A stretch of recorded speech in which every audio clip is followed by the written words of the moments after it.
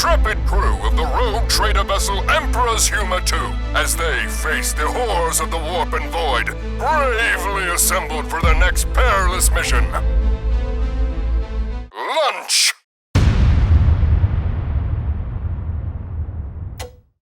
Welcome, ladies and gentlemen, to the Munitorum Breakroom podcast. I'm here with my good friend Beardo as usual, and I'm here with my also good friend TikitheHutt. Howdy, howdy. And today we are introducing another member to our humble abode, the Warp Forge. Take it away, buddy. Introduce yourself. Hey Heretics, it's your boy, the Warp Forge, coming at you the freshest of cringe from the Night Lords. So, yeah, I'm basically a kit basher. I do some frontline gaming articles, currently doing some Night Lords progress behind the scenes. I run my own YouTube channel, same name, same brand, same Tuesday. And I hold a horde of spicy takes as well. We're glad to hear that. Oh, we love spicy takes here. Love it. Absolutely. I'm known for my 4-hour TED Talks on many a Discord server. Don't you tease me with a good time. Well, Mr. Warp Forge, Mr. Night Lords fan, obviously here. Could you tell me what got you into 40K and why you love 40K so much? Ooh, okay, so we're going back, way back in time. In the Wayback Machine. Yep, through the warp storm, right? Through the warp storm as we flayed the Astronomicons, the Astro Telepath's face because it was fun. So yeah, way back in the grand old year of 2007, just 2 years after Doctor Who was rebooted, but I digress.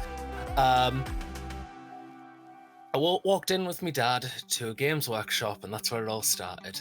Back then, it was 4th edition, there was Battle for Macragge, and there was a nice 4x4 table, beautifully decorated, like it was a proper, like, diorama sort of board. 4x4, platforms anywhere, everywhere. It was proper done as still remember it's clear as crystal, as a winter-themed, like, sewer board sort of thing. There was platforms all over, like a massive river in the middle. Beautiful. And we were given a demo game. Now, you know, little Warp, before becoming a teenager, absolutely got overwhelmed with the rules, just moved the models and rolled dice when he was told to roll the dice. But from that point onwards, at the time I picked bugs because there was only 2 forces, and I thought Space Marines were just like the main protagonist, and I was like, I don't want to be the main protagonist, I want to be extra edgy and special. So the signs were there, folks. And picked up some of the at the time it was High Fleet Behemoth. That was the poster child for Tyranids at the time. It changed to Leviathan, but Behemoth was the thing at the time. I remember rocking around with the Carnifex, a few the termagants and such, and just rolling dice and having fun. And since then I was hooked. Then I had to choose my first army. It was either a choice between Necrons or Chaos Space Marines. I chose Chaos Space Marines and never looked back. So why do I like 40k so much?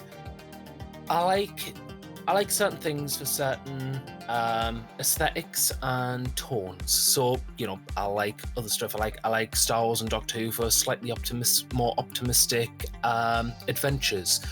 I like 40k, and I've stuck with 40k because I like the grim darkness of the 41st millennium. I like the dark gradient of tones going from outright evil to more ambiguous evils that happen across the universe. You can hear the Night Lords come out of me right now, don't you?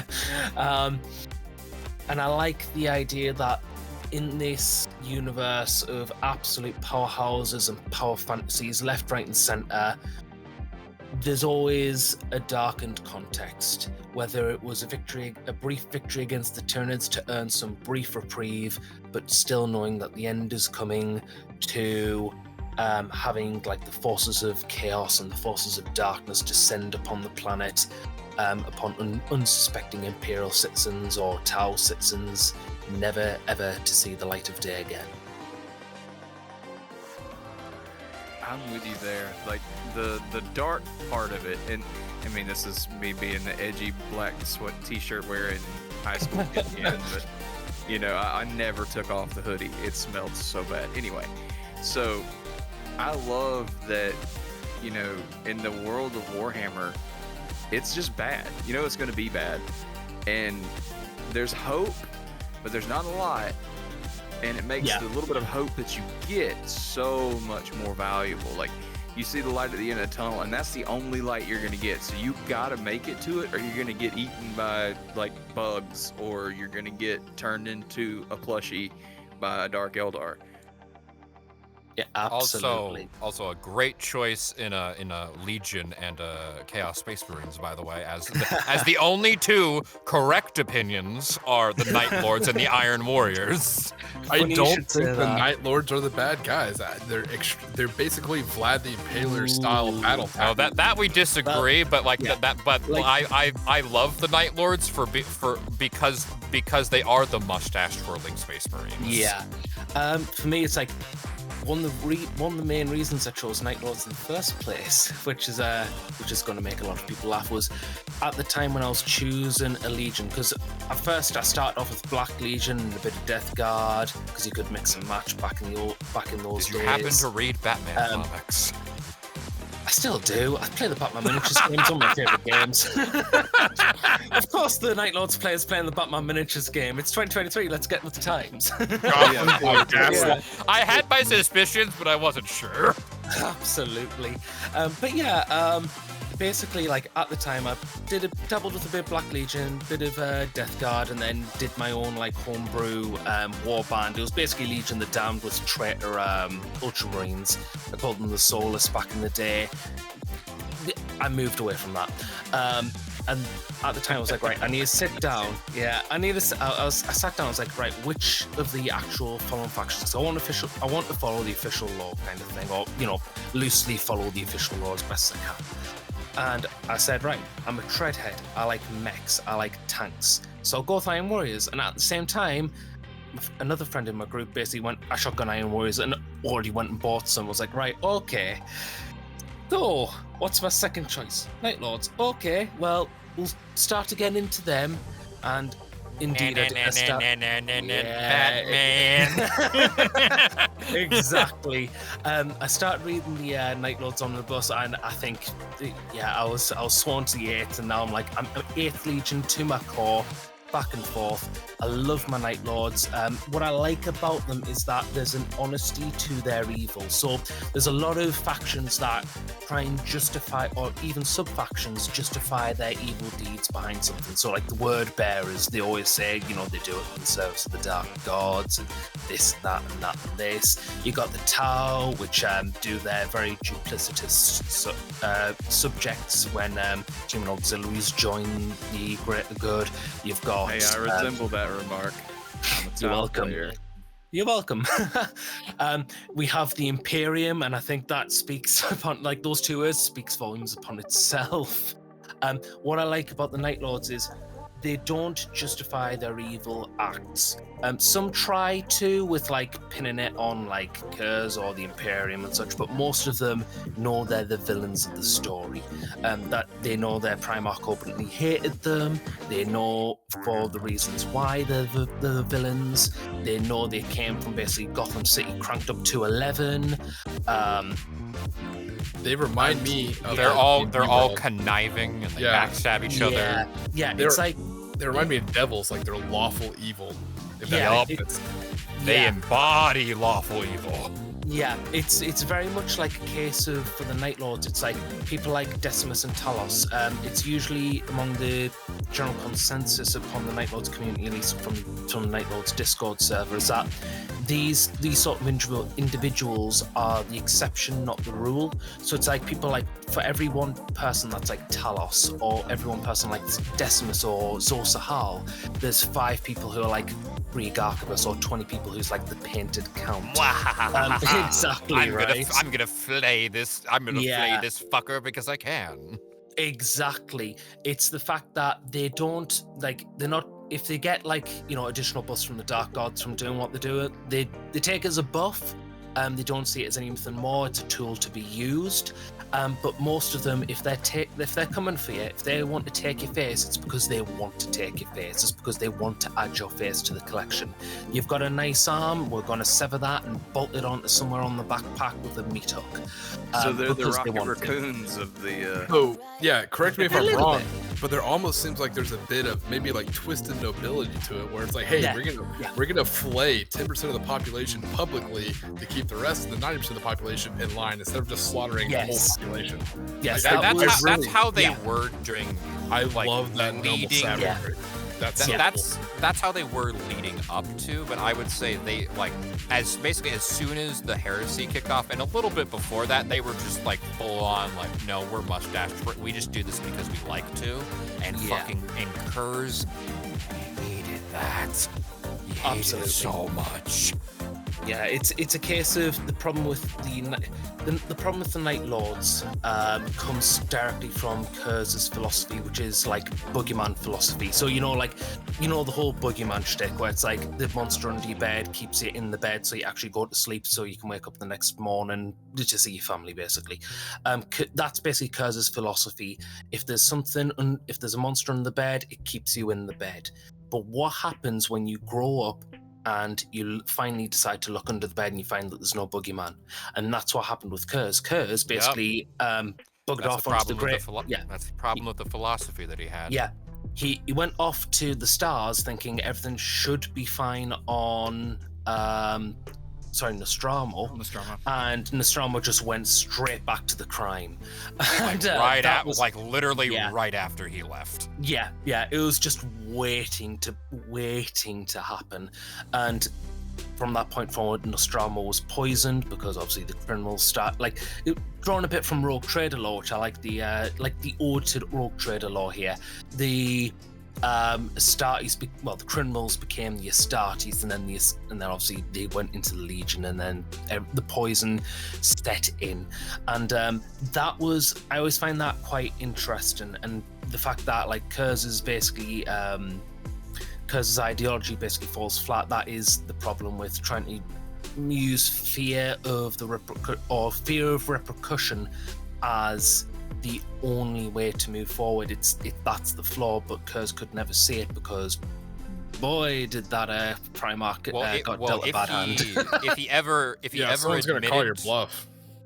Yeah. if he ever admitted he was wrong, it would break him psychologically. That was Kurz's biggest thing, is at the end of the day, the reason why he could never admit him and his Legion's true flaw, and why he was so willing to blame his sons for all of his problems and the world he came from, was because he couldn't accept the fact that it was him at the end of the day. He made the choice because he kept playing into his own visions, because in his mind is like, well, I have to do this because I was made like this. I have to be like this because this is just how I was designed to be, when that was not the case. He had the choice the entire time.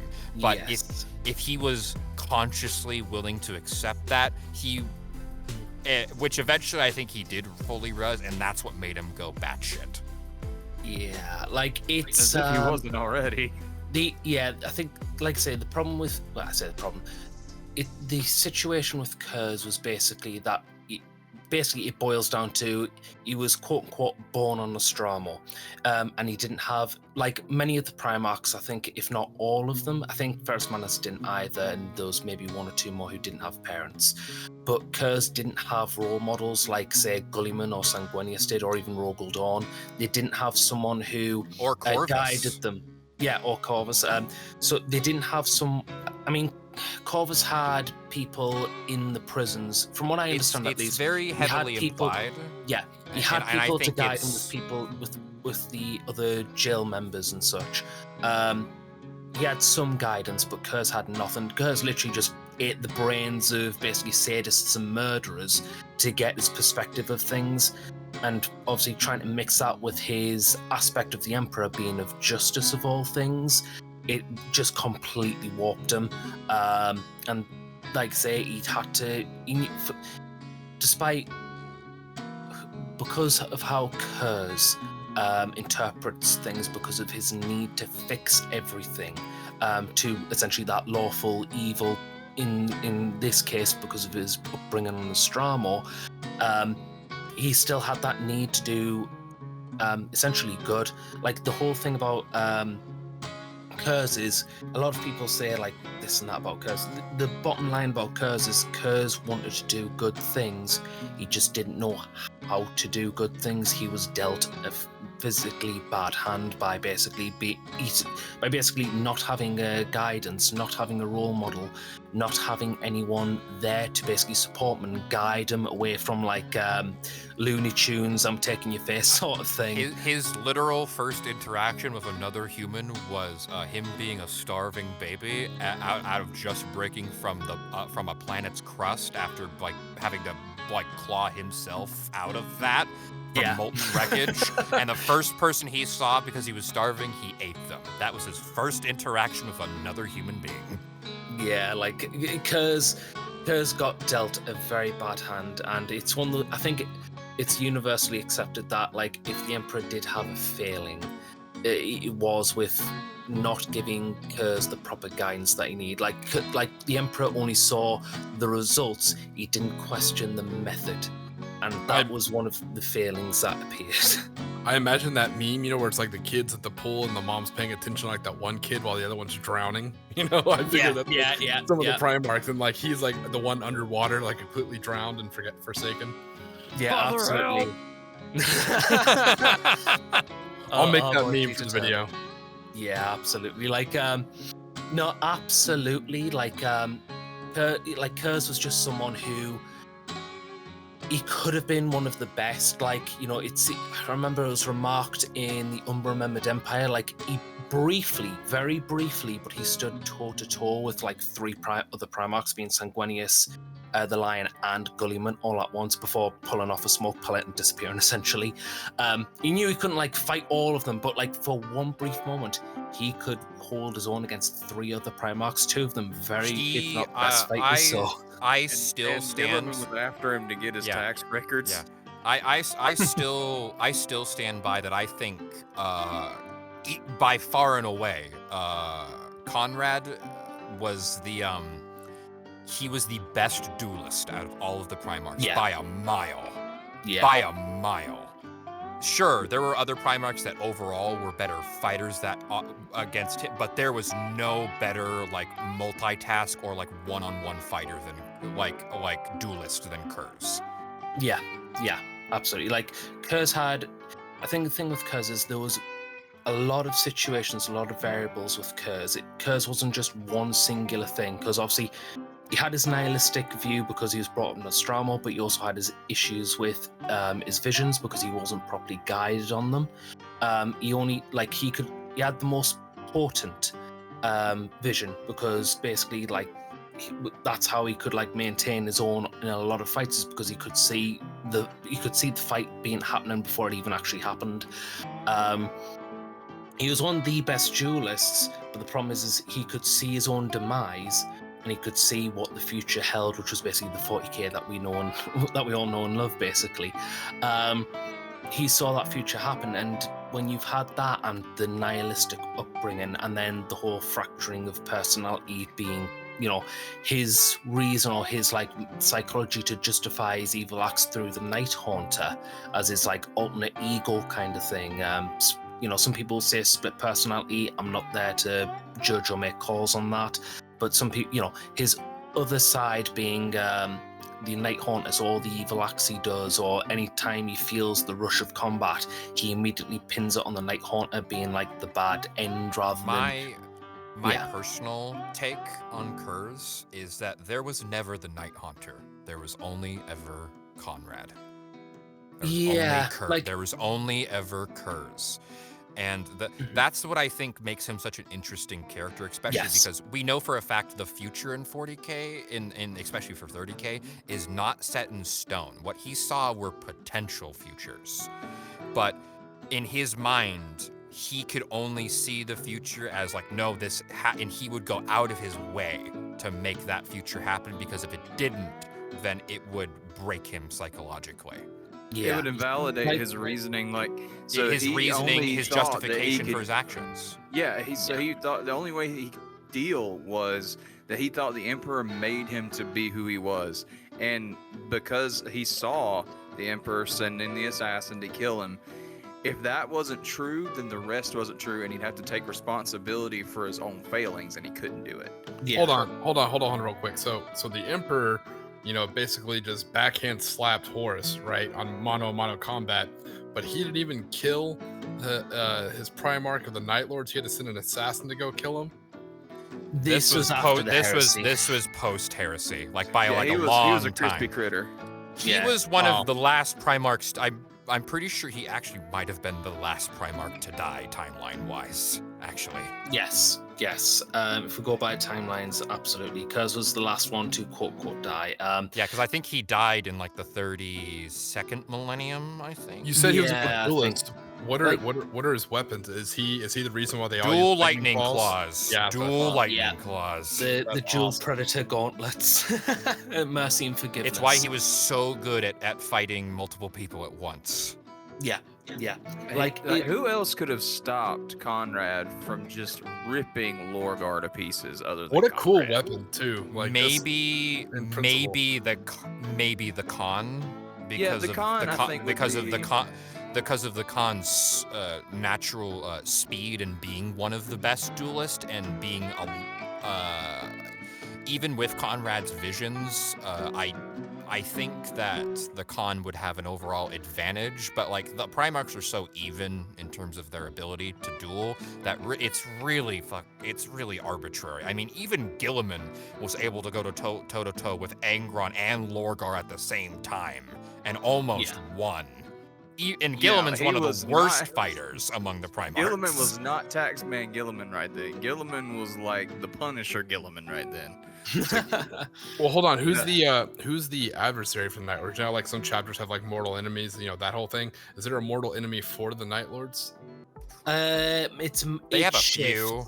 Yeah, it's not like a rivalry like Rogaldorn and Perturabo.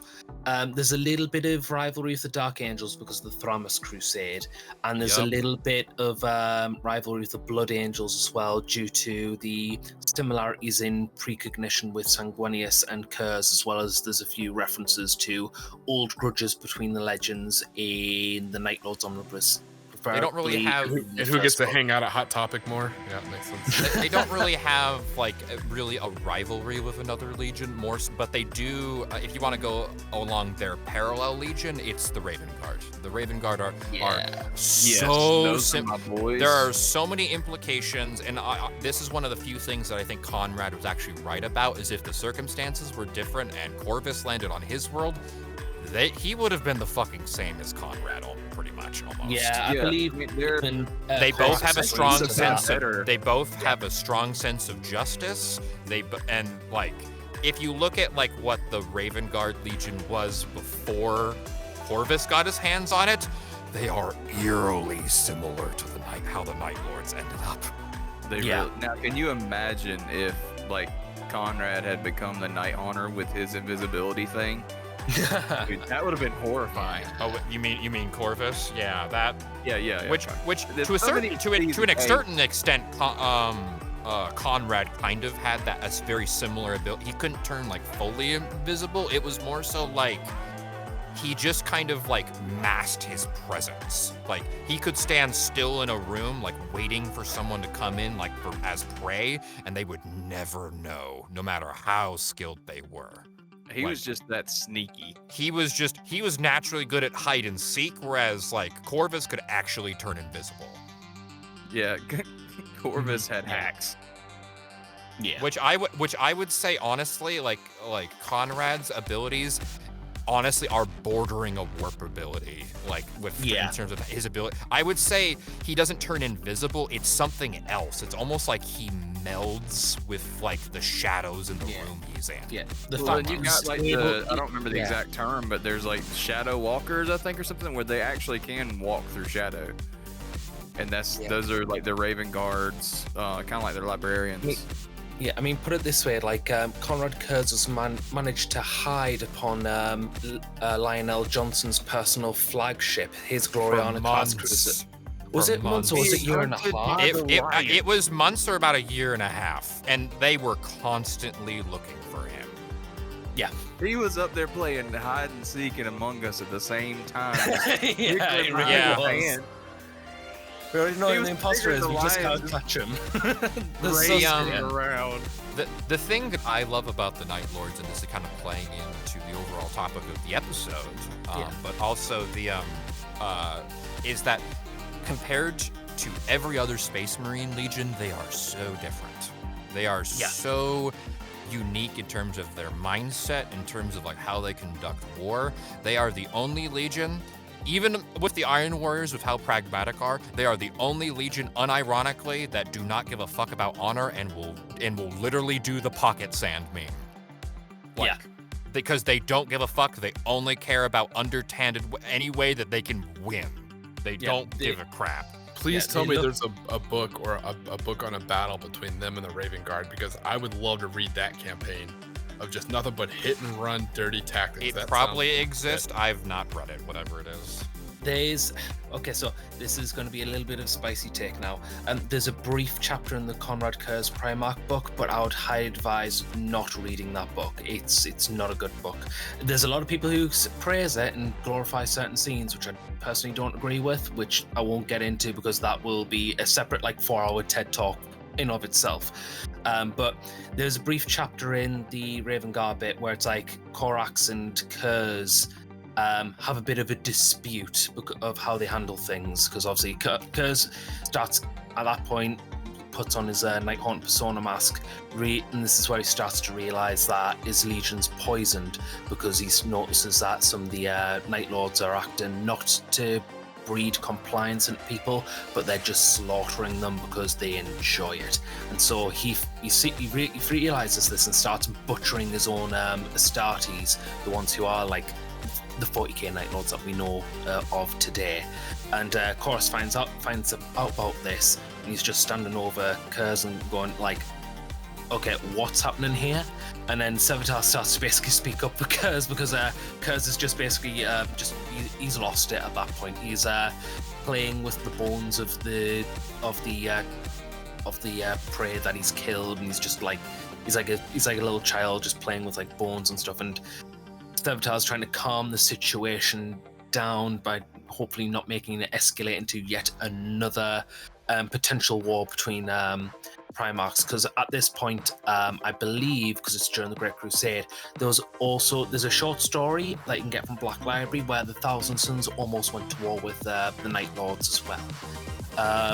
Imperial Fist almost. I can imagine. He's like, what you got there? He's like, the knee bones are connected to the leg bones. Not anymore. Absolutely. The right eye is connected to the socket. Absolutely. Skull is connected to my backpack. I love it. That's so good. Absolutely. It's like playing what's that kids game with the surgeon that if you like hit the metal the Operation. Nose goes, Operation. Yeah, it's like Operation. Malpractice Simulator. Yeah, absolutely. Simulator. We all every child on Nostromo had Operation as their. It's what corrupted them to begin with. They all too much Operation.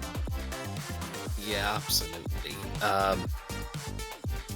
But with Marines, like as a whole, and I think to a certain degree, definitely to a certain degree, the Night Lords are almost they're like the one exception to the rule, where like they don't have a lot of bloat, they don't have a lot of issues that a lot of other Marine stuff suffers from.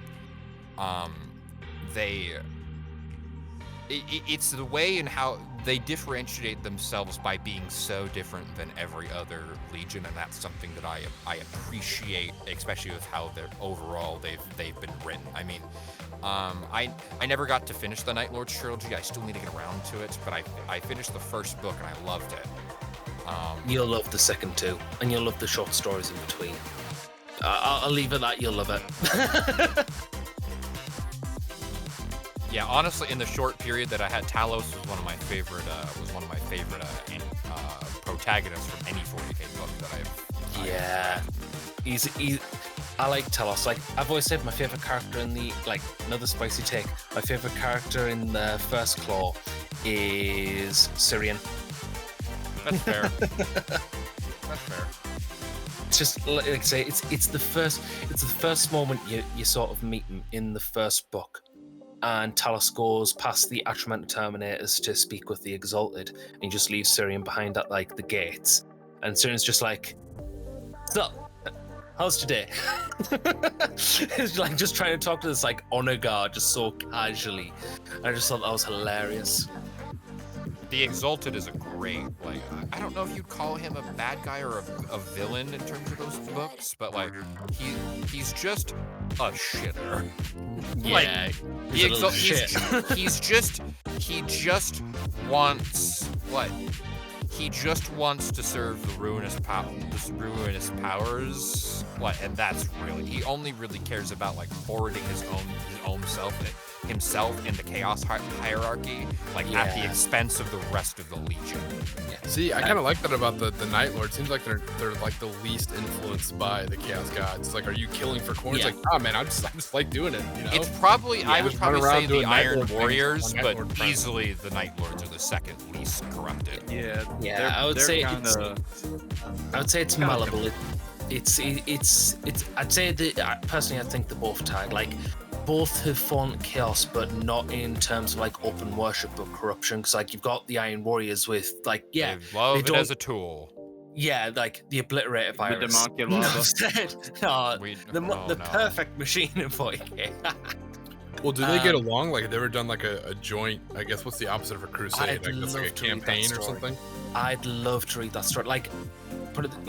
I'll say this now, just as briefly as I can. I've started mind mapping of how I'd write the Conrad Kurz Primarch book, and in that I'd have a joint operation because, just in general lore, Perturabo built an Iron Labyrinth on the Nightfall, which is Conrad Kurz's Gloriana class flagship.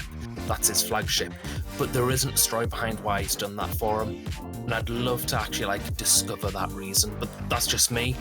I'd like to think that Conrad was indifferent to nearly all his brothers, but I'd like to think that there's a begrudged respect between both Primarchs.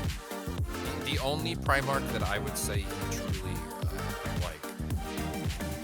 he had a kinship with Korps, but I wouldn't say it was love. The only Primarch he legitimately cared for and actually I might say loved and really cared for was Sanguinius. Agreed. Yeah. There's a lot in the so hard. He tried so hard to convince Sanguinius of the futility of everything, but Sanguinius wasn't hearing it. And it wasn't out of manipulation how it was with a lot of other brothers. It was legitimately him he was not only trying to show justify that to kinship. himself, but I think he just kind of could feel it from Sanguinius that they both had the sight. He could just always sense that, and he's the only, because he viewed Sanguinius as he's perfect. He's everything that all of us should have been, but we weren't because we were made a certain way. He is the best of us. He was the best one of us. And he wasn't wrong in saying that. I mean, really, to be honest, after going through the Siege of Terra stuff, he's not wrong. He's not wrong. Yeah. Sanguinius is that guy. Sanguinius is baller. He rips out Angron's dreads and just chucks them on the ground, walks back in the castle. Absolutely. Mollywops Kabanda. Oh man, Kabanda.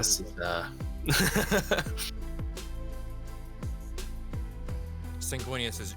I showed Tiki this the speech. His speech from Echoes of Eternity, and that speech gives me fucking goosebumps every time I read it or listen to it. It just is exemplary of Sanguinius as a character and who he is and what makes him different from the other Primarchs, in my mind at least. To be so literally high and mighty and not be quote unquote high and mighty, I mean, he's maybe, I don't know, it's hard to say who's the most honorable of the Primarchs are. He's easily the most humble out of all of the Primarchs by a mile. Yeah. And just, I think everybody knows that you don't mess with Sanguinius. You don't, because he's like, him fighting, that's him turned down to like 3, because he's the berserker. He's the genesis of the Black Rage. Like so don't mess with Sanguinius. Like pre Siege of Terra, I would say the Lion overall is probably the best fighter of the Primarchs, at least in terms of the Loyalist. Obviously Horus is like ultra chaos juiced, so it's really hard to say. But easily among the Loyalists, during the Siege of Terra, Siege of Terra onward, Sanguinius is by far the best fighter out of all of them. It's not even a competition, I don't think. Yeah, I don't know. The Khan could probably go. He would do better than most. It's hard to say. Fast. And as much as I'm a White Scars player, obviously, but like the thing is with the Khan is he didn't really fight a lot of Primarchs. Really in the one he did fight twice. One of which was a stalemate and it wasn't a real fight, was with Mortarion, and then he fought Mortarion again. But this was Chaos Juice Mortarion, who is literally like the antithesis to him, literally the ultimate counter to Jagatai. I think a lot of people downplay Jagatai Khan because he, despite banishing and killing Mortarion, he basically got murked. He basically got killed. Thank you, Malcador. We'll always love you for bringing back my man. Malcador the hero. I mean, Malcador the hero. Malcador the hero. Put it on a t-shirt. But he, the only real time we've really seen the Khan go out was against literally the perfect thing to counter him, and he still won. So what does that say about Jagatai, if anything? My boy's speedy. The boy is speedy. Yeah, he is definitely one of the fastest. I think he's the fastest Primarch. Yeah. That's literally his power is he has supernatural speed. Literally, he is the Flash. he literally, so he kind of has, the way I kind of view it is if you've ever had a meter in a video game where you've been able to activate the Sendeva stand from Cyberpunk, where you're able to have bullet time for us. Hey, I got that reference. That's basically how Jagatai that's basically how his power functions in my mind, is he can't be ultra mega. He's still the fastest Primarch without that, but his Primarch ability is he has these moments where he has this flow state where he's able to just, everything clicks and he's able to enter bullet time like Quicksilver. Now I'm just seeing Jagatai Khan doing the Quicksilver thing from. And I hear that Cyberpunk song. I really want to stay at your house. I think it would be just a case of, can the Khan outpace the precognition abilities of Sanguinius? I think that's what it really delves down to. That's what it comes. Yeah, that's. I will say that at least historically, there is an argument to say that sure, yeah, you can see the future, but it doesn't matter if you can see the future if you can't react in time, to enact on the knowledge that you now have. That's Jagatai's biggest advantage. Really. Yeah. Yeah. And that's why it's the same reason why he is the perfect counter to Fulgrim. Because Fulgrim plays games. He's all about he's a showman. Jagatai is not a fucking showman. Yeah. He just fights, and he likes, and sure, he loves fighting, but he doesn't drag a fight on. Absolutely. He does not drag a fight on.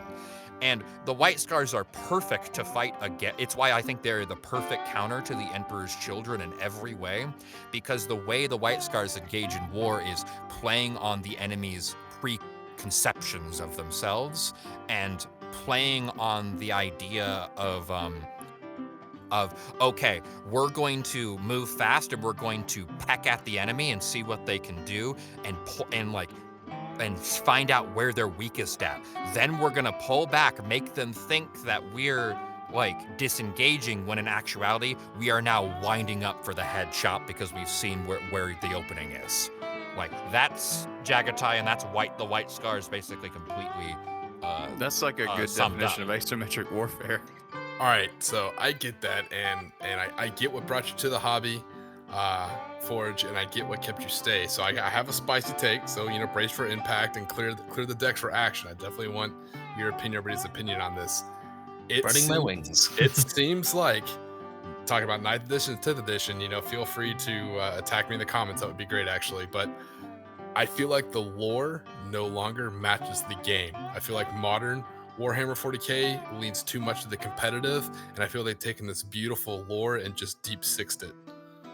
What do you think? Yeah. What have you seen in Warhammer 40k? I'm talking, we'll say like what, from 4th, 5th, all the way to 10th now. What have you seen for? Yeah, okay. So this might take a little while.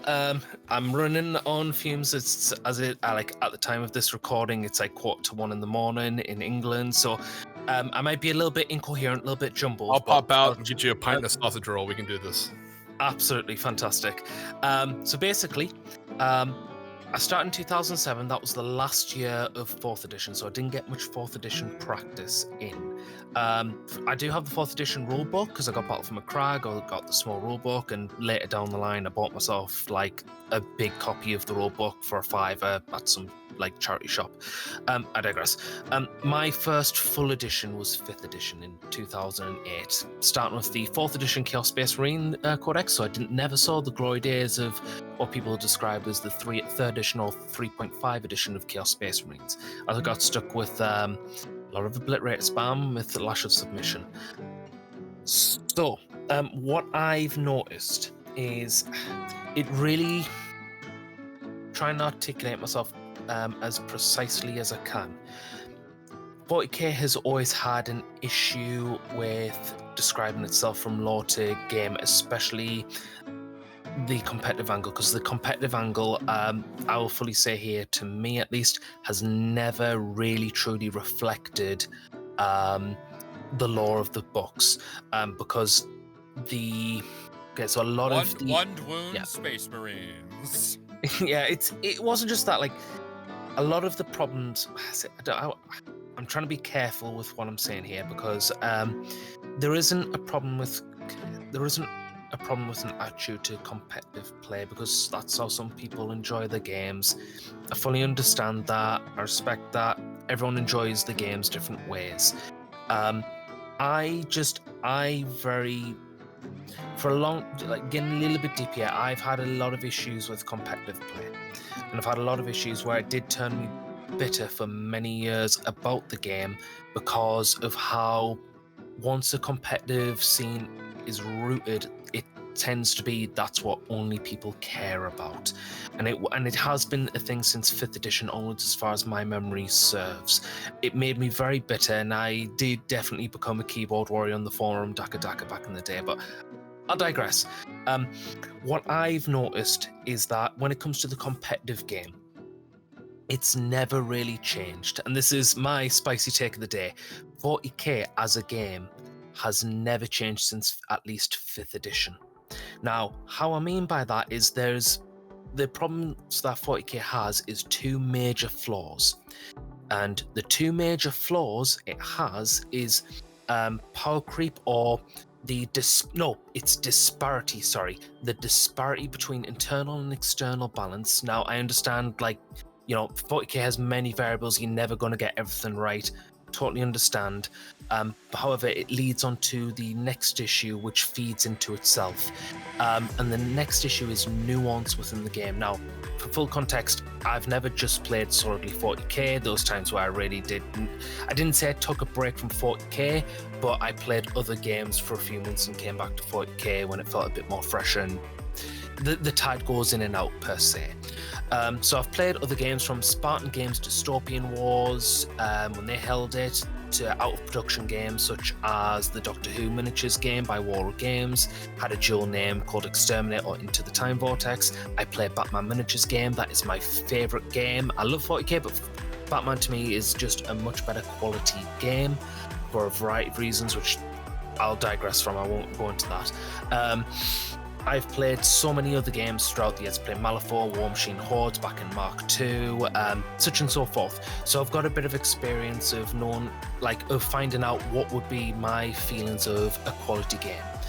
And the main thing that 40k does when you play competitive, and this is where 40k coaches hit this guy, click the link to find out why, because I'm giving free advice here. So basically what it is every edition, and Stephanie's, I won't say it started in 5th because I can't personally recall previous editions because I wasn't physically present from there. I was too young to actually really understand or comprehend the mountains of rules back in the day from earlier editions starting in 5th. What I've noticed is every competitive list has a direction. It's always played in 1 to 2 play styles. I may be using Night Lords for a few examples in this, as to show why the issues are really present in 40k, but they've always resolved down to 2 playstyles. One is damage lethality, the other is durability.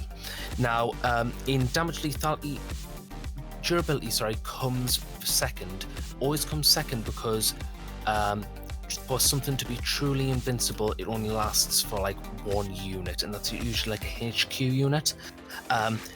It's always damage lethality that has always taken precedent. Now, I'm not saying combat's wrong or you can't have a super killy faction, not Death Guard, Dark Eldar, also known now as Drukari, but I'm an old boy. I say Dark Eldar, I call it Dark Eldar. Now, Dark Eldar have that paper mache playstyle. They do a lot of damage, but they can't take a hit to save their life. Or that's how it used to be. Now in the current edition, maybe a different story. You look at the meta watch articles and the win rates and such. I digress. We'll get there when we get there. So basically, what every competitive list does within those 2 playstyles, they look at the direction, what they want. Now, those 2 playstyles can range into a few lists. For example, Imperial Guard, you can have massed infantry, tanks, back when tanks had an armor value for every part of every facing of the tank, such and so forth. Every list would usually play to one of these 2 play styles. And one thing they would do is they'd find out why units were good in the first place. It wasn't just because, this is a super Death Star unit. There was synergies that went along with that. And the synergies always tried to drive probability down as close as they could to 0% as they could. That's why, for example, in between 8th and 9th edition, mortal wounds was such a prevalent thing. That's why you would see things like Cripple, Volkite, Contemptors lambast forward onto Chaos Marine lists and Space Marine lists.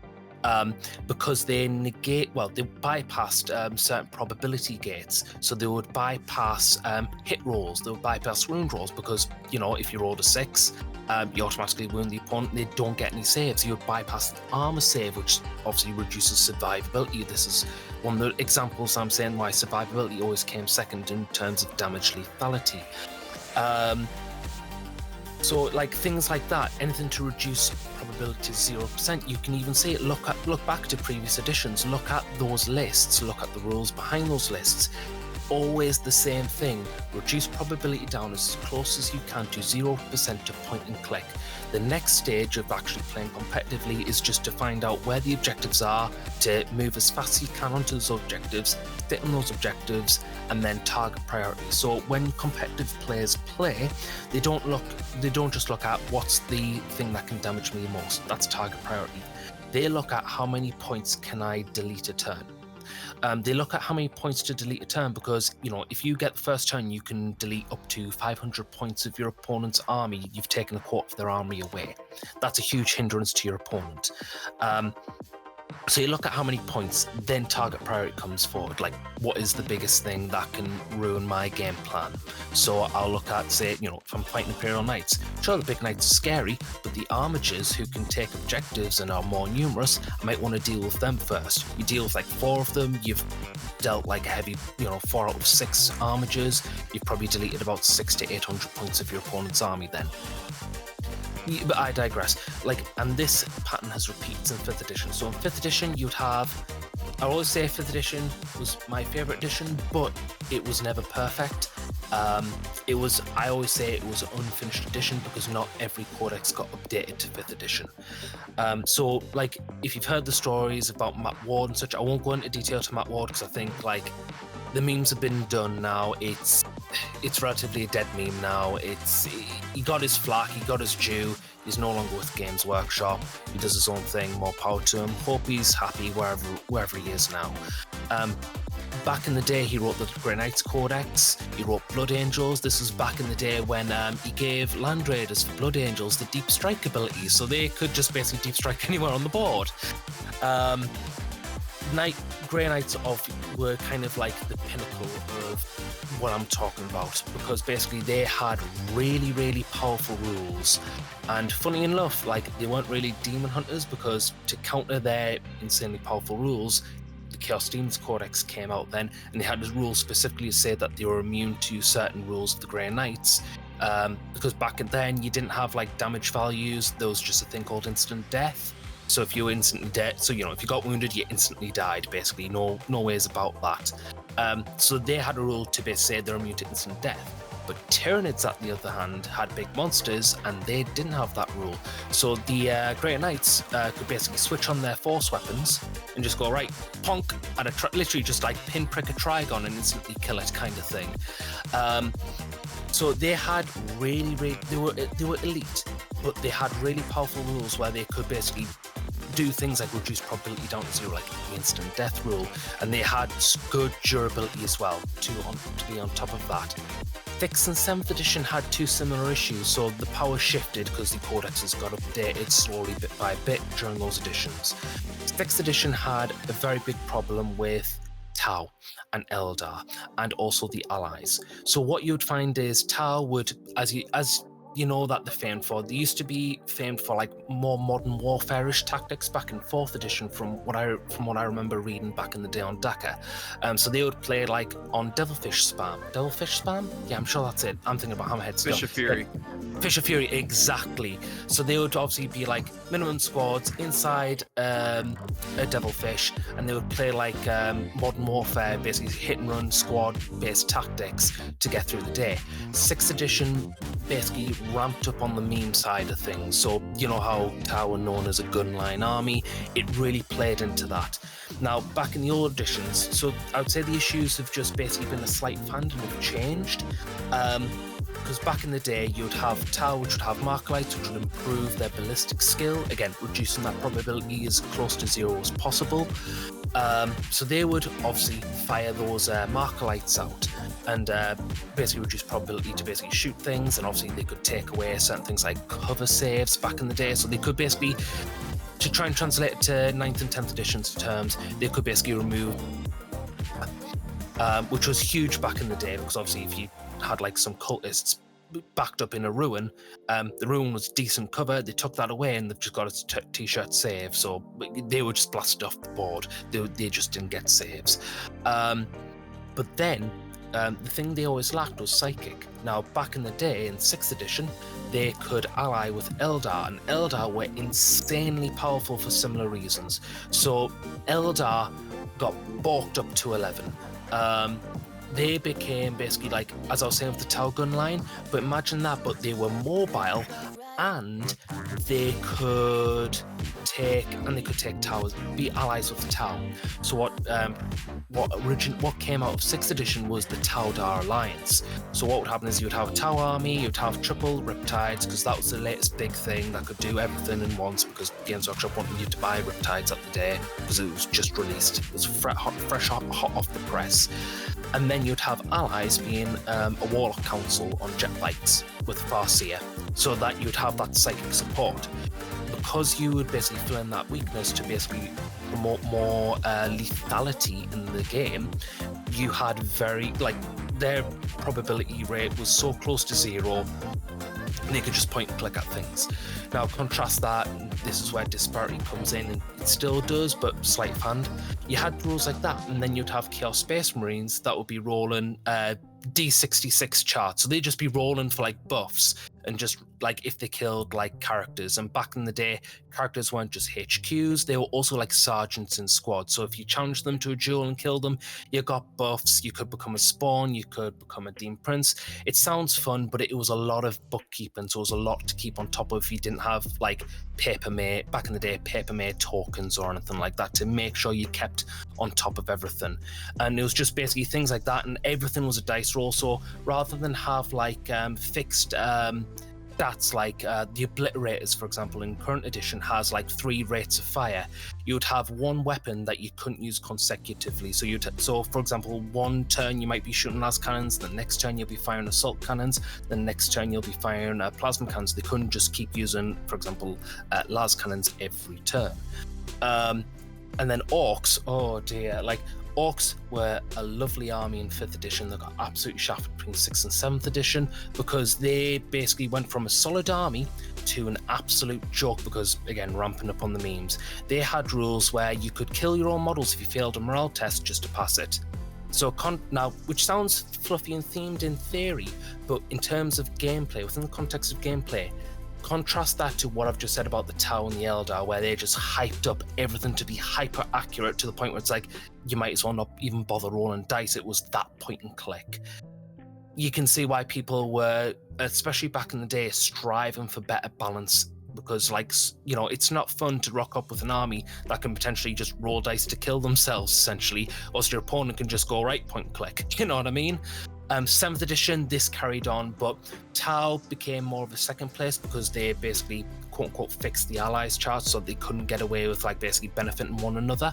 So Tau became a second place, still a rough army to fight against with the same issues, but they couldn't really buff themselves with psychic shenanigans from Eldar. But Eldar got another codex. So, as well as that, Eldar and Tau got fresh codexes 6th and 7th edition.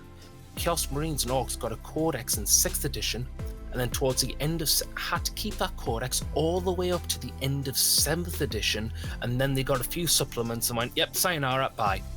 We're in 8th edition. So again, things like that. That's why people, especially back in the day, were so clamming. They were so needing that balance. And that's why balance is such a highlighted topic even to this day, why Games Workshop promotes or tries to promote their version of balance.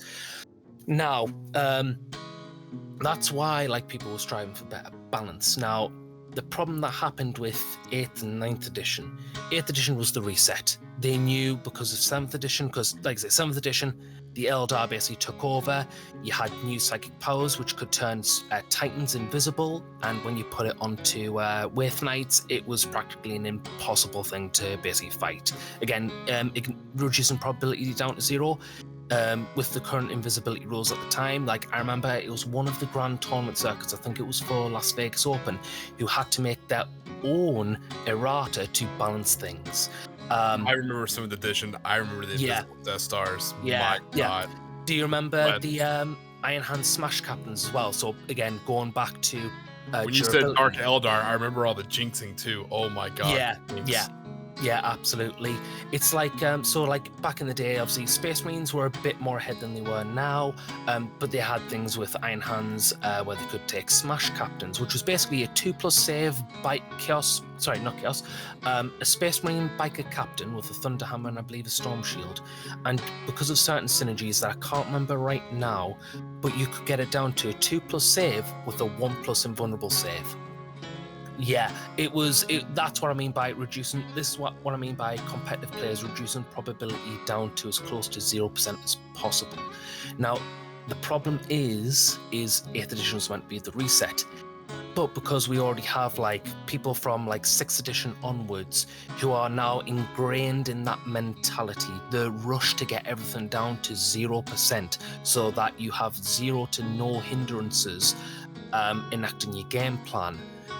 What happened in 8th edition was that was the reset button where Games Workshop, or at least the game devs, were quite open with how they intended things to work out. So, for example, stratagems. When they officially first did stratagems in 8th edition, it sounded a lot similar to another rule mechanic in War Machine Hordes called feats. So feats were basically a ability that their leaders could do that could change the tide of the battle, and it was reflective of like personality. Like you had one doing the bullet hell sequence, you had one character who could do literally that. You had someone who could like turn into entire like such and so forth. Stratagems were meant to follow that suit, where it's like you had a few stratagems that, you know, when played correctly could change the tide of the battle to keep things fresh, so that nothing could be a one-sided game. However, what the competitive scene saw was free abilities, because you're not spending any monetary value outside of codex and cards. You're not really spending actual money, you're spending in-game currency. So they just saw it as a way to just buff and once again, get that probability reduced down to 0%. Now, a lot of competitive players tend to do that for many games. It's not just with 40k this happens, but 40k does it a lot more blatantly.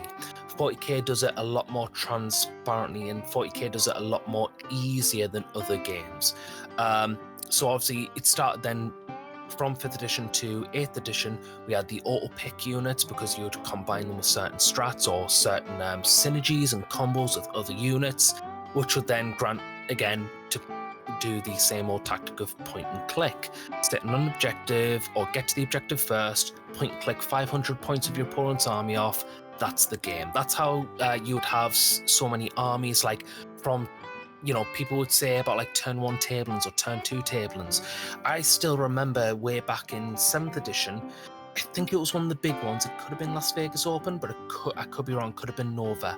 But I remember people saying on Dakar at the day that they would take their Eldar army, craft Old Yanadin, rock up to one of those big tournaments, and they'd be playing the exact same list. Like not even one war gear change. Because it was just that shit. That's what competitive 7th edition was at the end of the day.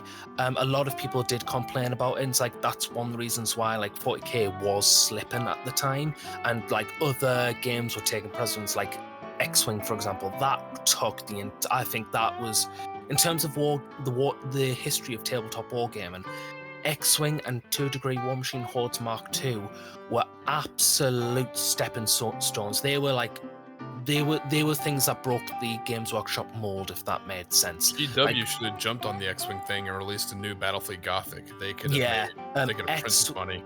Absolutely. X-Wing was just it wasn't just that, but how they marketed X-Wing was the accessibility of it. It was pre-built and decently low barrier painted. to entry. Yeah, and it was available. Like it wasn't just hoarded in some person's garage as a front any local gaming store, or it wasn't just like in a Games Workshop. It was also in like bookstores like WH Smith's. I don't know. I think it was in Target in the US. It was a lot more, or like, you know, GameStop you stores. Found it in Barnes and Noble. Yeah, exactly. Like how accessible is that, as opposed to like going into the Games Workshop? Like, you know, the kids could pick it up, go, this looks like fun, and the rules were pretty simple. You basically played alongside the templates, you rolled the special dice, and that was it. And it's like that got kids away. You played a few cards, you had a few stack cards, and you could play on any board. Like it was super accessible. It was a landmark, in my opinion, in tabletop gaming history. X-Wing definitely was a thing of its time. It broke the mold, and Games Workshop had to react to this. In comes 8th edition. Now again, going back to it before I digress further, going back to 8th edition, what changed in 8th edition wasn't the fact that the mentality changed. It was the fact that we went from dominant armies to dominant army lists on a schedule. So for every 3 to 6 months, rather than having like being stuck with 2 to 5 years of 2 armies being dominant with minimal changes in erratas and FAQs, to the point where there wasn't really a point actually having erratas and FAQs, obviously they started to come out the data slates, and this is how things started to really form. They would try and update the game every 3 to 6 months. Every time that would happen, there would be that is when the treadmill started to truly dart, if that makes sense. And you can even look back like at the start, the middle, and the end of 8th edition. Look at what the lists were doing. Not in terms of what they had, but what was the direction of those lists? What were they all doing? Just reducing probability to as close to 0% as possible to enact the game plan. And 40k does this very... Again, I'm not saying like to enjoy competitive 40k is wrong. That's not the message I'm saying. I'm just trying to show a more objective and impartial, because like I say, I was very bitter about the game for a while because the mentality changed. I get it. And, yeah. And I remember seeing around that time, that's why, we all jokingly talked about it. The second they tried to aim for that T-sports, table sports kind of thing, when you start seeing more jerseys and coaching services, and the beer and Pretzles took a sideline, like the lore got deep sixth. For those who aren't big into 40k, kind of half in, half out, my best frame of reference, and I think Block will appreciate this, is looking at Titanfall 2. Hey, good campaign, cool lore, amazing multiplayer, but what's popular, what makes the money? Esports, and arena style shooters and battle royale. So then, boom, that game dropped. Their battle royale style game drops, Apex Legends, and then all of Titanfall 2 just gets deep sixth. It's the same thing I think we're starting to see. We saw it Magic the Gathering. It was in Yu-Gi-Oh! It's in so many games. I think Warhammer 40k is on that route. With Yu-Gi-Oh! It's been like that since the very beginning, because like Yu-Gi-Oh! Never had like any alternative, really any alternative ways to play it at locals. With Magic, the degradation has been a lot slower because there's so many ways to play Magic, but now it's shifted to where now, if you've noticed, people only play Commander, and that's it. And it's killing the competitive part for Magic. Or the lore. Magic had great. I feel like no one remembers the lore. All the goblins and the Tempest and stuff like that. There was so much good lore there, and it just all disappeared.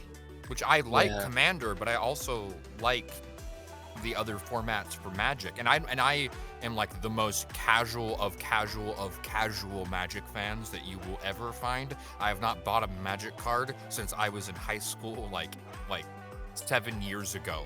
All of the cards I have are hand-me-downs or things friends gave me because they wanted me to keep up with the game.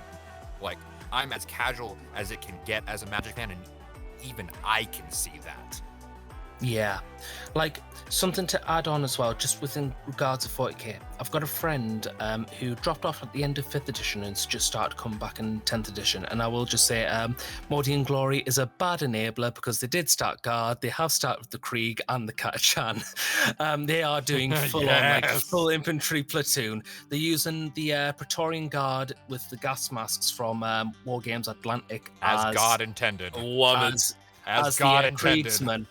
And then he's using the conscripts as Katachan. So make that of what you will. But basically, so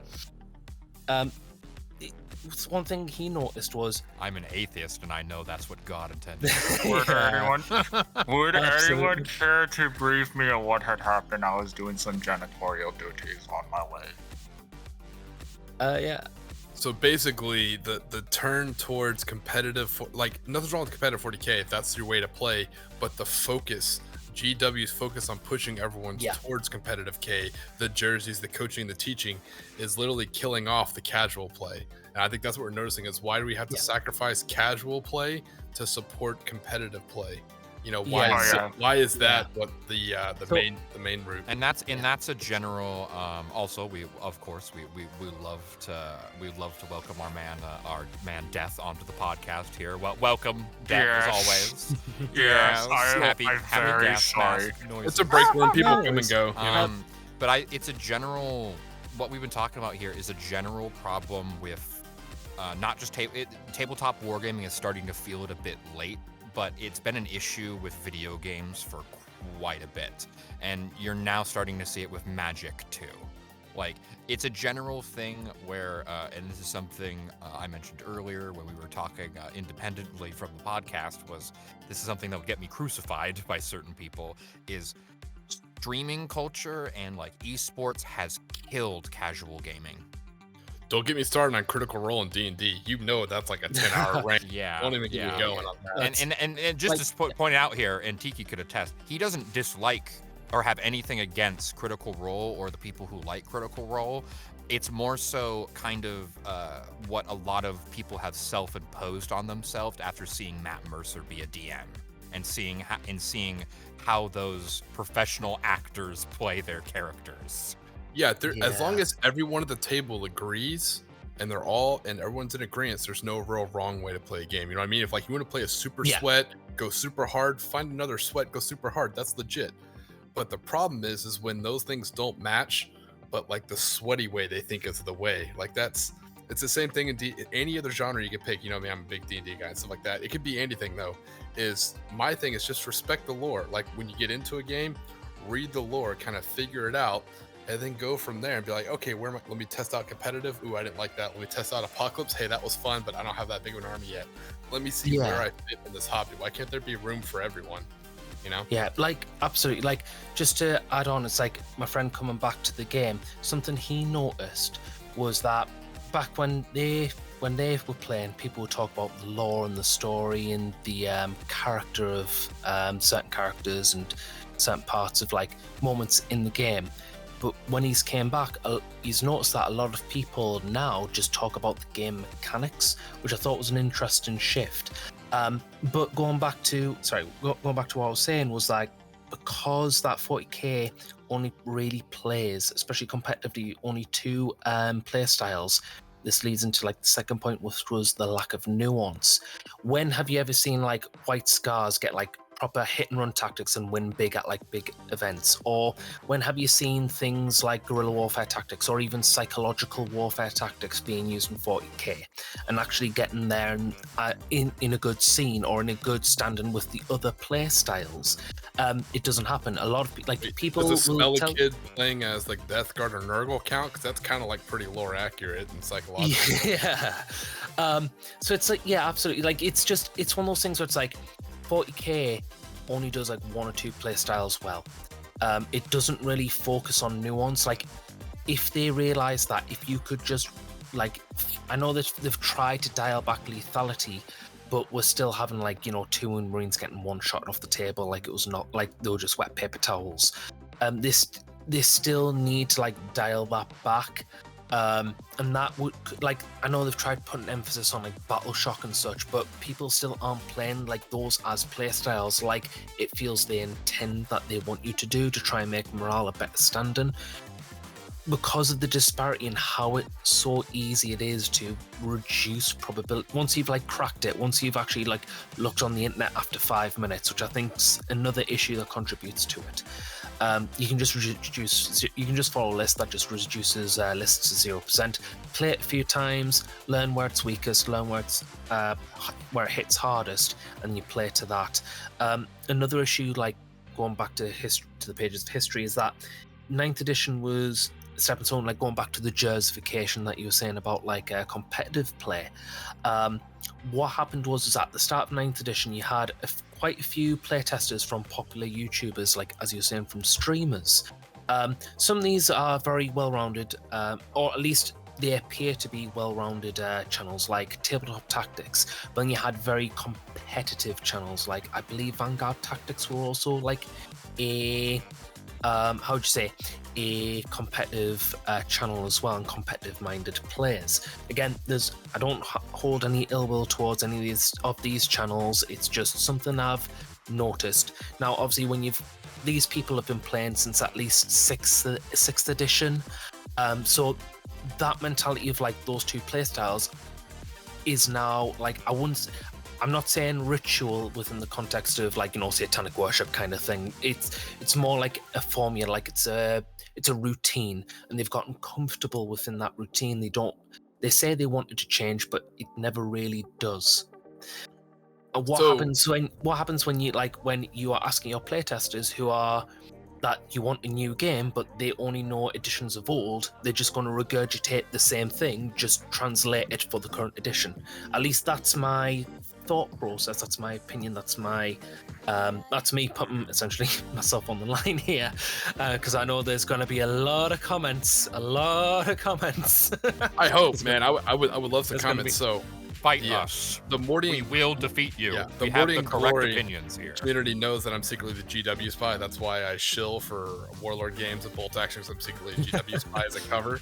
But now I will give GW this.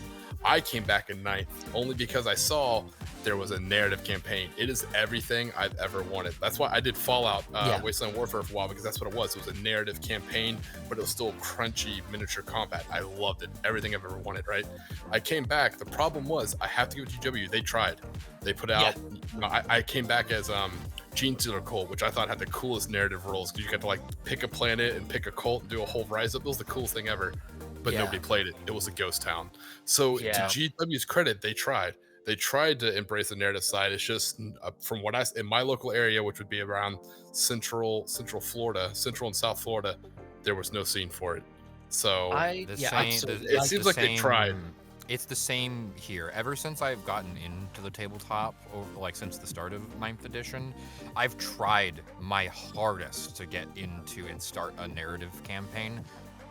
No one wants to do it. I think that's the answer. I think it's just like Bolt Action, putting out campaign rules where you can take Night Lords, but you can only have access to these units inside of this campaign, because they don't always have access to all their units. Especially with Tau, like battle suits are cool, but in this campaign, you don't have access to so many battle suits. I think that would help with the problem that we see, and I know we'll talk about in another episode, the problem with Primarchs. That'll help with the problem we see where every time you go to a tabletop, everyone has a Lord Solar, everyone has a Primarch, everyone has some random Chaos God. It just breaks the immersion and slaps the lore. It's become too hoardy, in my view. And as in kind of playing in what we were going in earlier is I recently played a game with my White Scars. It had been this is basically pretty close to this is the second game after like a 1.5 year long hiatus of me playing my Space Marines. And the first game was fine. Like I had a bit of fun, but it wasn't the best thing ever. I played against played against a Chaos player who was playing Emperor's Children, and it was a fun game. But I played last week. I played against a Tyranid player, and after talking to the guy while playing, it was very apparent this guy was not just a veteran of 40K coming back to the game, who, funnily enough, stopped playing at the end of 7th edition. Rep, I get it. Yeah, and he came back for 10th. He mentioned multiple times as like, oh, I don't like the lore. I don't really get into the lore. I don't really care about that. Like, I don't really like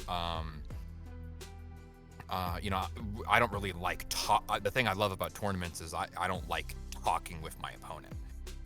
Like, he legitimately said that to me, and it took me aback almost. That is ridiculous.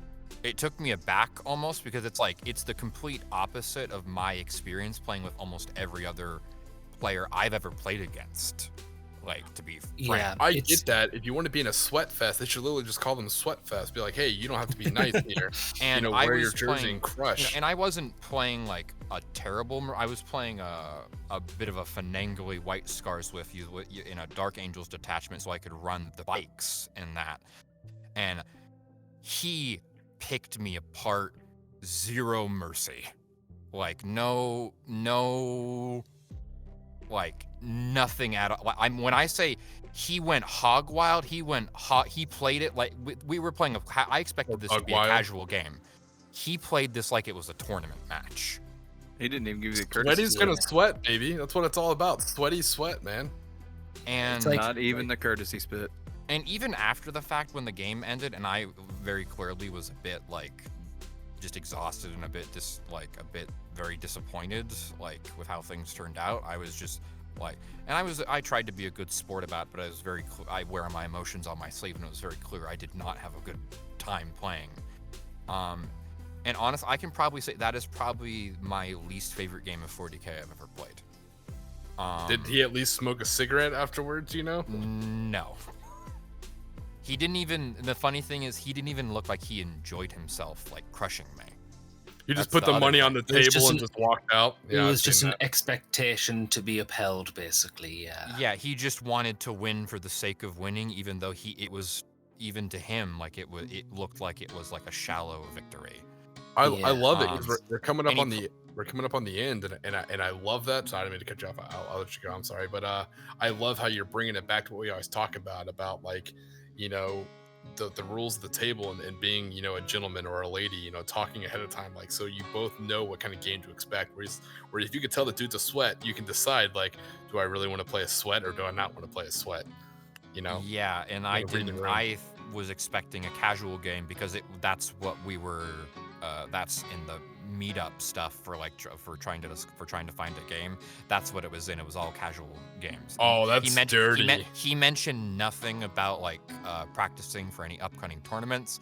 He mentioned that, oh yeah, I'm practicing for the upcoming event, and I'm like, dude, I'm just trying to play a casual scars list, like with my You got catfished with dice. with my new Storm Raven. We used to that's call all that. I want. We used to call that a cross-dressing lion, like a lion in sheep's clothing. You know, you just walked in the middle of the whole thing and just started calling. When I say like I got demolished, this is the worst I've ever lost a 40K game by a country mile. I mean, like, it was clear I lost like at the end of turn 1. That's how bad it was.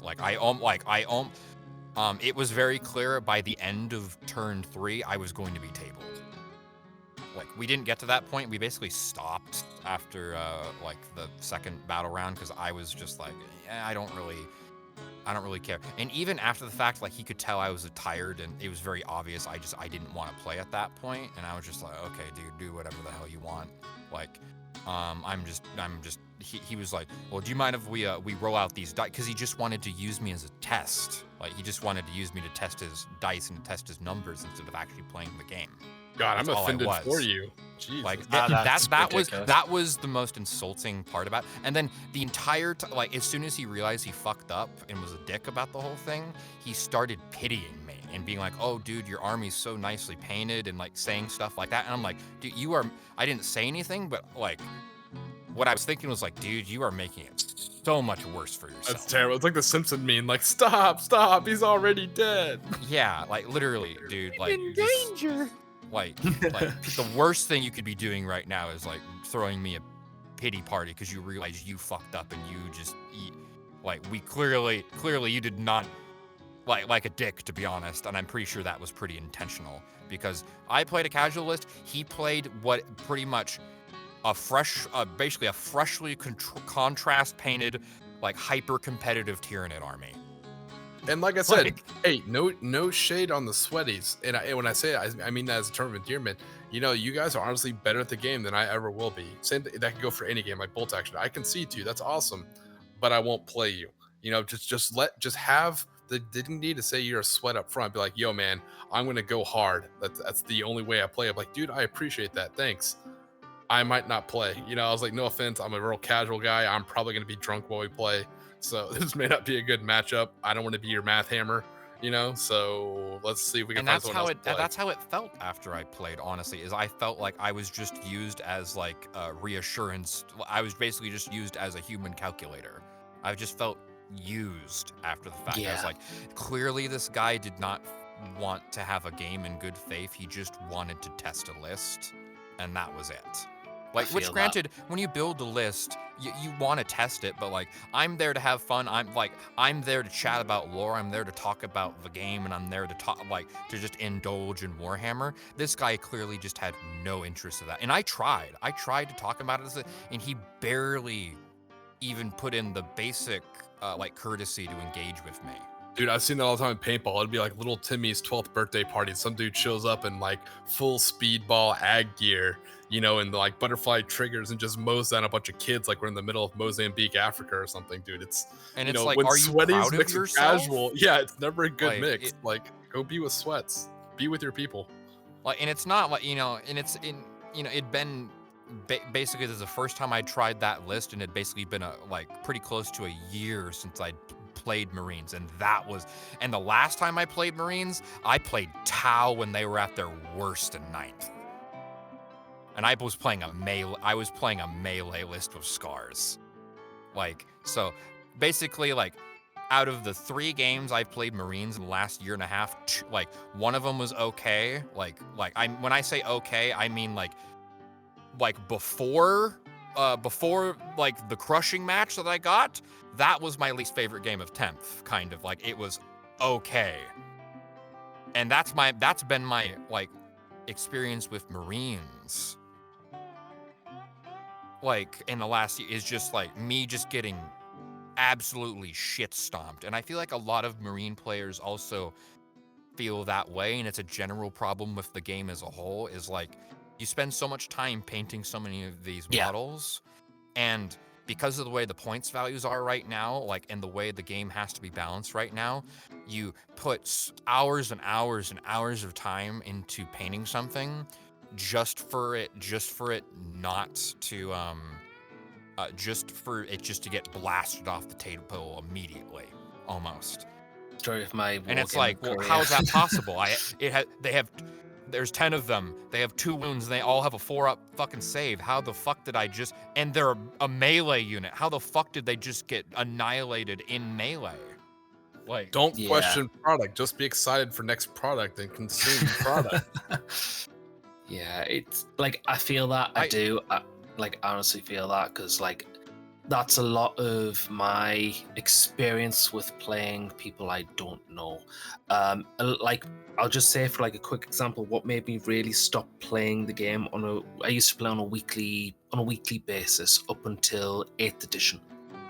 And there was a few events that led me to feel as though I was lied to by Games Workshop. They said they promised me the most balanced edition to date. I used to take like a few tournaments. I would take a full Raptor force of Night Lords 2, got absolutely backhanded, because basically other people were just being a bit more impartial with their lists and just, as I was saying, like, getting the top lists in.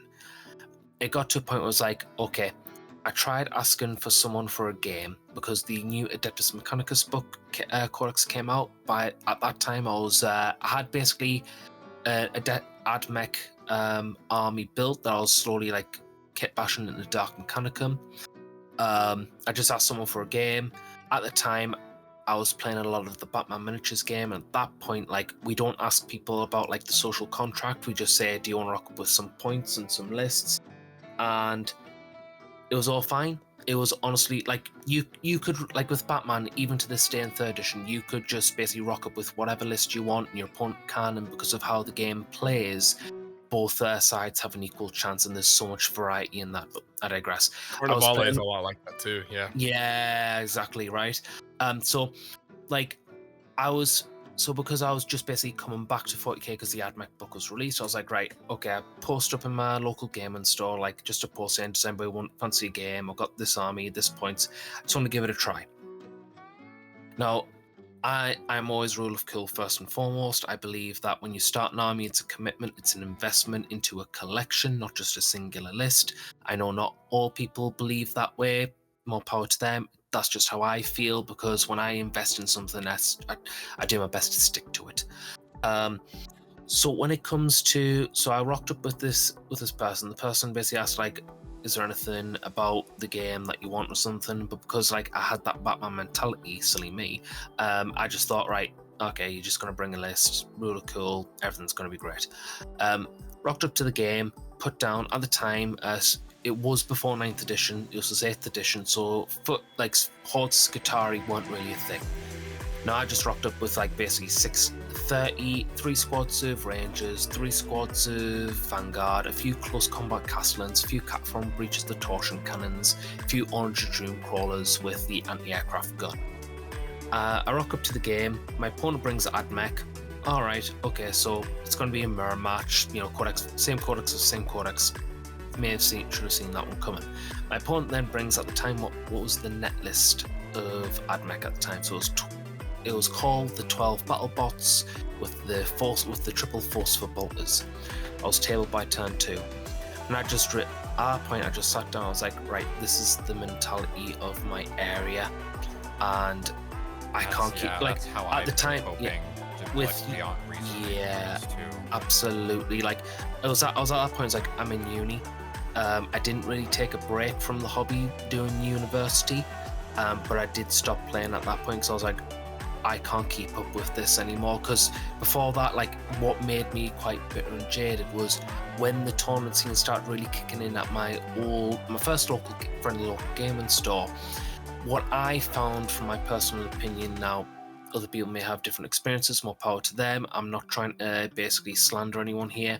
This is just my opinion, my experience. What I found was when the tournament circuit really started taking hold in my area, all people cared for was the next tournament practice, the next tournament practice, and the next tournament practice. And I found myself like I was having to keep up. Now, Younger Warp had a lot of time on his hands because, it was just school, but not much of the money. Save up, buy the units, such and so forth. Even back then, 40k is quite expensive, so I would basically be saving up for weeks on end to buy new units to keep up with everyone else, and that would barely ever happen. So I'm trying to basically buy things to maintain viability, to have just to try and enjoy the game. Now, if you're saving up maybe month and a half worth of at the time pocket money, and you're buying one, maybe 2 boxes to try and keep up with people, and it has an effect on you. And I became very bitter, very jaded, forget keyboard warrior. I was a keyboard crusader back in the day on Daka. Yeah, I won't go into details because I think if people can, people who research deeply, especially on the Wayback Machine, can connect the dots very easily between this channel's name and what I used to be called on Daka. I won't go any further detail. I can guarantee, I had some absolute arguments on that forum. I probably was, I'll be honest, not as a point of gloating or anything, but I can guarantee I was probably one of the infamous faces on Dakar at the time. I was. No, I get it. You relentless. Walk in with a casual army that you enjoy painting, you enjoy the lore. You're a fluff guy, and then you show up to a super sweat. It's like you've activated my upside down trap card, and you just get stomped. Well, this is a great way to build the hobby. Thanks, Dick. Yeah, I relate to that story more because that's basically how the last year of my hobby experience has been, is what you described of me buying units, oh, I'm gonna have fun, enjoy, but I'm really just buying stuff to increase my enjoyment of the game, when that's not what the problem is. The problem is the game itself. Yeah, it turns into an arms race instead of what you want to paint for fluff. But one of the things I'll leave you with is a parting shot is, to bring it to Warlord Games and Bolt Action, which, because it comes from the beginning of it. I mean, they didn't reinvent the game. They took from the earlier versions of 40k. So I think when you make the game have a little bit of difficulty, such as no pre-measuring, which I think is helpful. But the other thing I really like is the campaign book. So this is how my local group does it down here in Tiki Land. Is the way we run it is you can use a campaign because you have an army book for your nation. I play Japanese, so I have the armies of Japan. Cool, that's fine. It's standard Japanese stuff, nothing special. That's the point. Now, if you want to take some of the special units like Special Naval Landing Force, or Japanese saboteurs, or some of the crazier units that they had, they're all in separate campaign books. So like I said, what I would have had access to in China, I would not have had access to down in the Philippines. I think that might be an answer for 40k with all these Primarchs, all these special units, release chapter books. Hey, this is the different segmentums. This is this Crusader, that Crusader, this sectum, or High Fleet this. And they give you special rules, but you can't just take it all. You have to choose. Are you picking the actual army book, or are you using a campaign book? You can't use both. You get to pick one or the other. And what that gives you is it's a pro-con kind of thing. Yeah, you get access to special units, but you may lose a lot of your other units. A great example, for everyone out there, if you remember Command & Conquer Generals, you remember, 0 Hour, when you pick a general, if you pick like the Air Force General for the U.S. Air Force, you get a bunch of cool planes, but you lose tanks. Like, that's how it should be. It should be hey, I get this, but I lose my ability to pick this. I think that would work wonders for 40K. Yeah. One of the moments against my better judgment, is what I should have done is I should have realized I was in for a bad match. The moment I went and because I was deploying first, I explained in detail what every single one of my models did.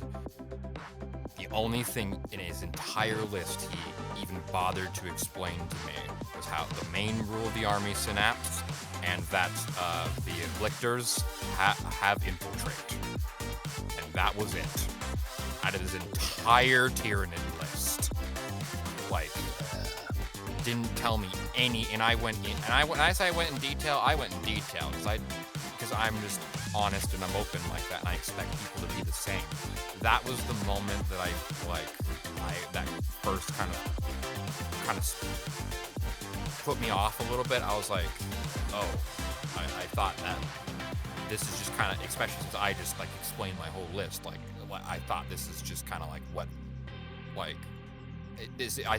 because up until now that's just kind of been a courtesy that I've had the luxury of experiencing.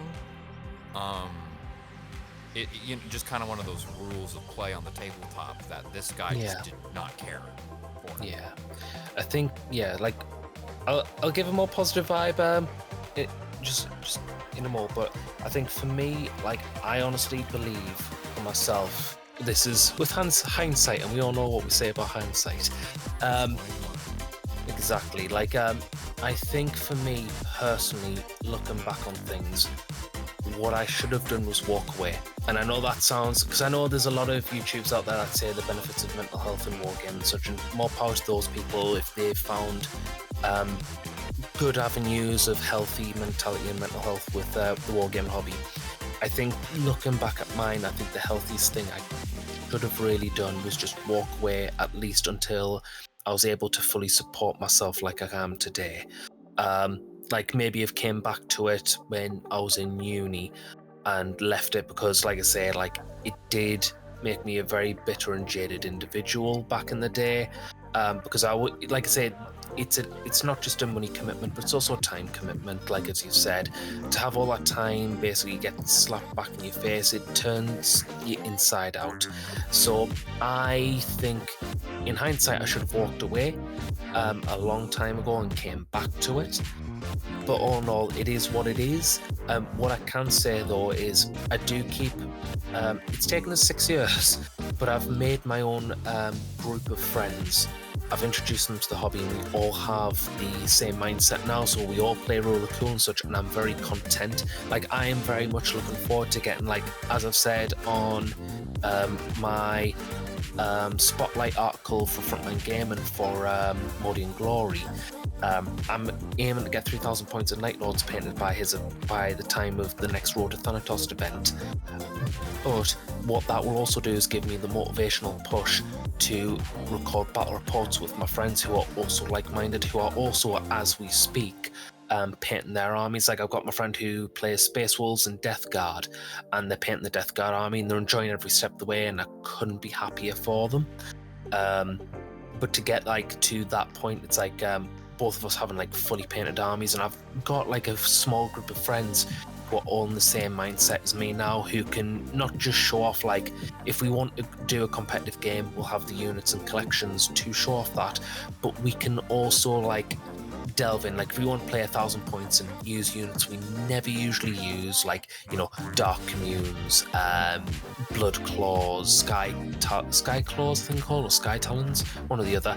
If we want to use units that we don't usually use, we can, and we can show that off. And the aim that I want to do, one thing I want to show off is stories within games on my channel. Like, I want to show Warhammer 40k for what it is, not just like some simple gameplay mechanical aspect. I want to show story and narrative in every game. And like I say, the good thing about what I am right now is I'm obviously in a better place, but I'm to painting my models, and I feel like I'm not wasting my time. I'm coming back to my models and going, I've got a group who I appreciate with all my heart that I've made. It's taken us 6 years to do it, but I've constructed a group who are in like minds. We might even give like Crusade a try for like 10th edition, because the rules are a little bit easier. Like 9th edition wasn't bad. Objectively speaking, it was very clean and very clear cut. The problem was is it had a lot of sub steps, which was great if you needed to know the time of things, but it then amounted to bulk and bloat, and that's why people gave it the issues of bloat that it had, including the stratagems and such. But now with 10th edition being a lot more lax around like the sub steps and such, like it's still clean. Pardon me, it's still clean. It's getting there to be. It's still being polished. I think we can all agree there. But I am looking forward to trying like basically enjoy a more accessible edition to show off like the story and the narrative, not just of like my Night Lords, but my Black Templars, my Necrons. Mordian Glory is a bad enabler again because I've already got one squad max blob of Kriegsmen that I need to build, and Turnids for Leviathan. Yeah, the Krieg was calling to us. It's like I had to heed the call. Diggy hole. Exactly. Diggy just affix the bayonet with Imperial intent and just go over the top. Oh, yeah. 40 more on the way. If you're based like me and for the Ultramar Aquila. Absolutely. They have the best. Hey man, we get records. we get shit on. We are the second fiddle to the post. We are the second fiddle cannon fodder for the poster boys of Games Workshop, not just 40k. We handle their shit in Ultramar. We're the real ones. So Being the admin. So this has been a great episode. I think we covered a lot. So we talked a lot about how I appreciate your insight too, especially from your position on how much has changed from 5th edition to now, what you've seen, what you remember, comparing the competitive scene to kind of what it is now. So we'll kind of go over last, and I know it's a time change. I know where you are on the ship. The Gellerfield's kind of weak, so it may feel like it's like you're 8 hours ahead of us, from where you are on the ship. So I appreciate you coming down to the break room. But we'll kind of go around, take some last minute parting shots. Block, what do you have to say besides more spacemen on bikes and less sweats? Just that. More bikes, less sweats, please. More bikes, less sweats. All right. What about you, Beardo? I think that pushing the whole 40k thing more back into what it should have been with story, and not necessarily having any kind of conflict with the competitive scene, because the competitive scene is important, but remembering that this whole thing started out as a mini company making minis for like Dungeons and Dragons. It was all about the narrative, and we can't forget that. That's a damn good point. And what about you, my fine gas masked friend? What you got, Death? Any last minute? Let me take my gas mask off for a second. Okay. So we saw you come in. I mean, how was the cleaning the gas chamber? I mean, you're the only guy that's got that much experience with the gas mask. Just don't do it without a gas mask, please. Anyways, like I was saying, I'm not doing it anyway. Yeah, don't even try, Matt. For me, at least, to say the topic, I believe, I'm assuming, is about the competitive scene and some pushings going on with the tournament scene. Am I correct on that? Yeah. Okay, so I feel like we kind of do need a little balance on that, for my experience, at least, to say. Since I actually did recently get into the hobby myself, I've been loving the tournament and the competitive scene, but pushing up the little services and having the little weird teas running around in the competitive tournament, as well as kind of a little bit funny, and you're just pushing it to become like sports kind of thing is it's kind of, I don't know.